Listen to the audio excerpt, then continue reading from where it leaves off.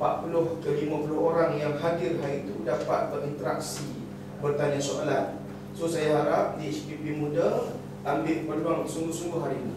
Apa you fikir masalah, apa tak faham pada hudud, ini orang ni you boleh tanya. Jangan malu-malu, jangan segan-segan. Kita program adik-beradik saja. Tanya, saya tak faham lah Ustaz, apa hudud ni, kenapa nak kena buat, tak boleh ke tak buat? Boleh tanya dengan Dr. Fathi. Jadi saya harap insya-Allah pertemuan hari ini ada kebaikannya pada diri kita dalam perjuangan PAS ni dan juga pada sahabat-sahabat di HPP. Dan saya harapkan insya-Allah sampai akhir program ni, program kita akan berjalan dengan lancar. Allah alam, saya ucap terima kasih lagi kepada Depak Karat, kepada Raj, kepada Dr. Fathi yang dapat hadir pada hari ini. Kita ambil peluang untuk kita wacana pada hari ini dalam bentuk santai, bentuk relax, dalam keadaan suasana yang harmoni insya-Allah. Jadi wallahu a'lam, saya ucap terima kasih sekali lagi. Terima kasih semua.